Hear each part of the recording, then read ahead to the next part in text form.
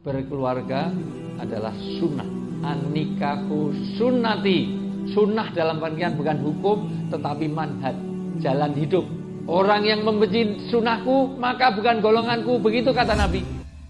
Bismillahirrahmanirrahim. Assalamualaikum warahmatullahi wabarakatuh. Waalaikumsalam warahmatullahi wabarakatuh.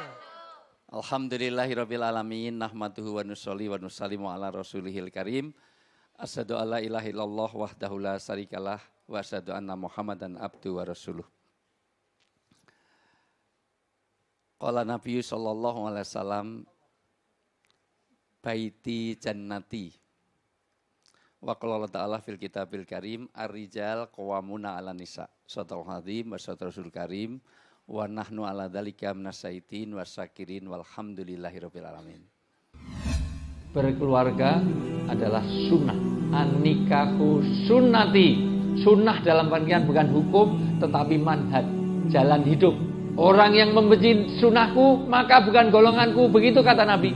Surga ada di rumah, bukan di tempat karir, bukan di tempat kerja, bukan di restoran, bukan di hotel. Surga ada di rumah.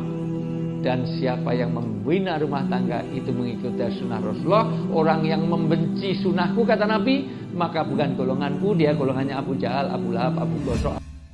Yang sangat saya takdimi, saya banggakan, saya muliakan. Mudah-mudahan Allah berkahi hidupnya dunia sampai akhirat. Amin. Terutama para orang tua-tua kami. Mohon maaf, Dewan Juri saya dahulukan yang tua.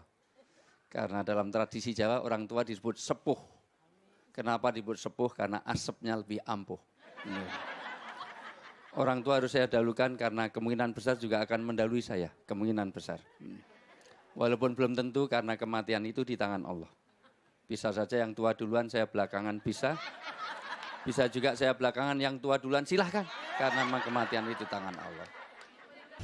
Karena kematian itu bisa tiba-tiba.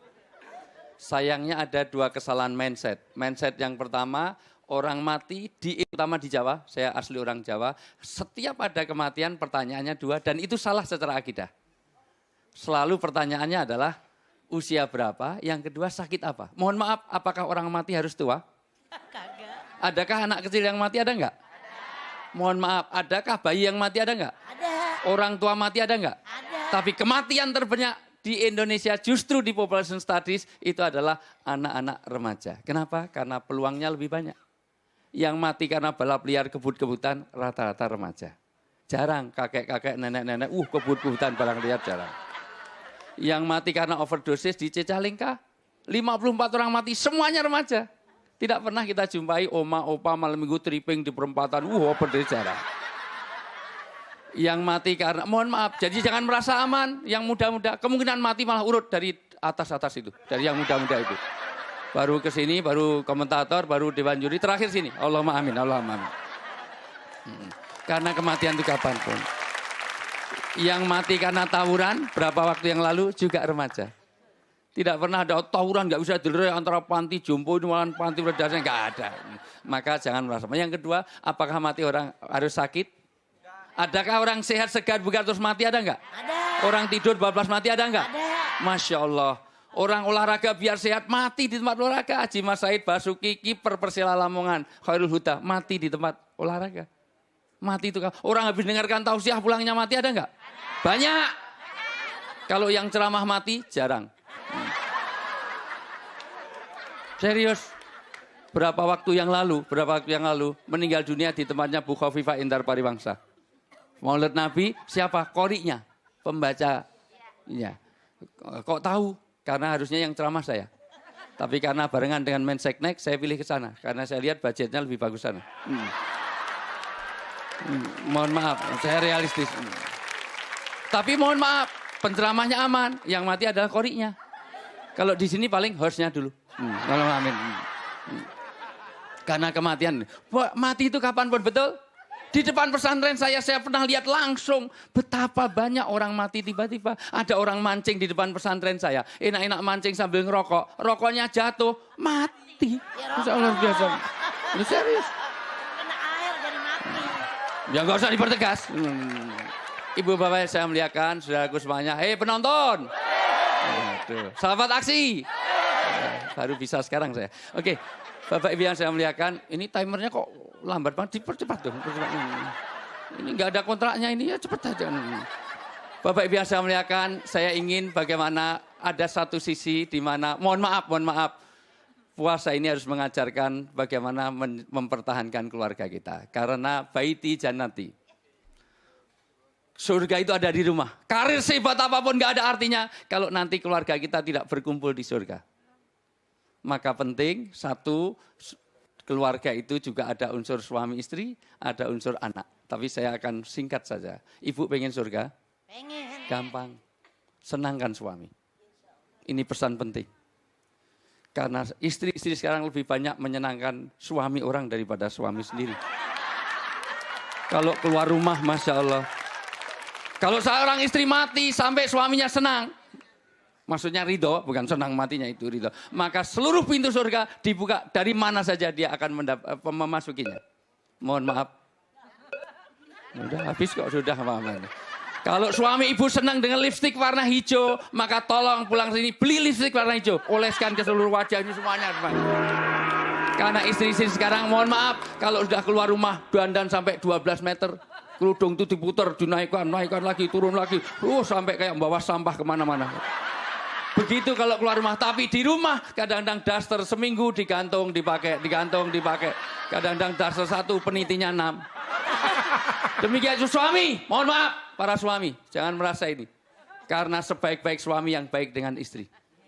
Dan gampang senangkan istri. Karena surganya suami itu sebaik-baik suami yang baik dengan istrinya. Mulai dari panggilan. Rasulullah punya istri Aisyah, nggak pernah panggil istrinya Sah, Isah, Ais, nggak pernah. Kalau manggil, ya Humairah, karena pipinya Aisyah putih kemerah-merahan kayak apel Australia. Di sini sejak tadi saya cari nggak ada. Empok leme? Itu kayak salak kalau itu. Jangan tersinggung. Memang kadang-kadang kenyataan itu pahit dirasakan. Mohon maaf semuanya. Bapak Ibu yang saya muliakan, senangkan istri. Gampang, apalagi sekarang. Karena suami-suami sekarang lebih banyak menyenangkan istri orang daripada istri sendiri. Emang benar. Kalau ada istri orang yang curhat dikasih nomor handphone, handphonenya dikasih. Begitu istrinya sendiri yang curhat, gitu aja ceritain. Maka sebaik-baik suami. Satu, kalau istrinya stres gampang. Ajak ke mall, insya Allah stresnya hilang. Pindah ke suami. Makanya suami-suami sekarang kalau dengan istri, gandengan kenceng di mall. Saya pikir karena mesra. Ternyata kalau nggak digandeng, dia ngambilin apa-apa ini luar biasa. Yang kedua, kalau ada istri yang curhat, dengarkan karena kepuasan wanita itu ada di air mata. Biarkan dia cerita, walaupun sudah 12 kali diceritakan, anggaplah baru pertama kali dengar. Gitu ya, sampai air matanya habis, kalau perlu tambahin air. Habis ya gimana? Dengarkan karena kebahagiaan istri itu juga akan mensurgakan kita. Maka Ramadan bikin kemesraan. Terakhir, Rasulullah itu kalau apa-apa, mohon maaf, apa-apa selalu bersama. Kebersamaan Ramadan itu mengajarkan kebersamaan. Minum saja, Rasulullah itu nggak pernah minum itu selalu dihabiskan. Diminum separuh. Kenapa? Karena yang separuh dikasihkan sama istrinya. Dan hebatnya, kalau ini ada gelas, pinjam sebentar. Ini tidak ada gelas, bentar. Gelas, contoh. Ambil di cawang situ, bentar. Jauh. Dan hebatnya Rasulullah itu kalau minum, mohon maaf, ini penting. Itu kalau minum di sini, maka Ummul Mukminin, istri Rasulullah juga minumnya ditempelkan di mana bibir Rasulullah tadi menempel. Gitu. Kalau sini kan enggak. Bapak sini, saya sini. Tapi Rasulullah pernah minum, dihabiskan. Kenapa dihabiskan? Itu. Haus. Ya kenapa? Ya Rasulullah sisakan untukku. Kenapa dihabiskan? Maka kata saya terlalu haus hari ini. Karena jatahnya komentator, tapi disuruh tausiah juga. Terus Maka dihabiskan. Begitu dihabiskan, sisakan untukku. Kenapa? Saya terlalu haus. Kalau terlalu haus, maka saya bikinkan lagi. Maka buru-buru Ummul Mukminin Aisyah langsung ke dapur. Begitu di dapur, nyaris pingsan. La haula wala quwata, Masya Allah, innalillah. Masya Allah, ada apa? Ternyata bikinnya itu sebelum subuh.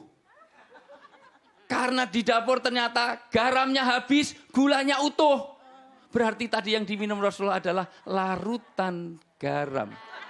dihabiskan. Dan dihabiskan supaya tidak ada guilty Diminum. feeling. Iya. Supaya dia tidak merasa. Dan itu hebatnya Rasulullah. Tidak ada suami sehebat Rasulullah.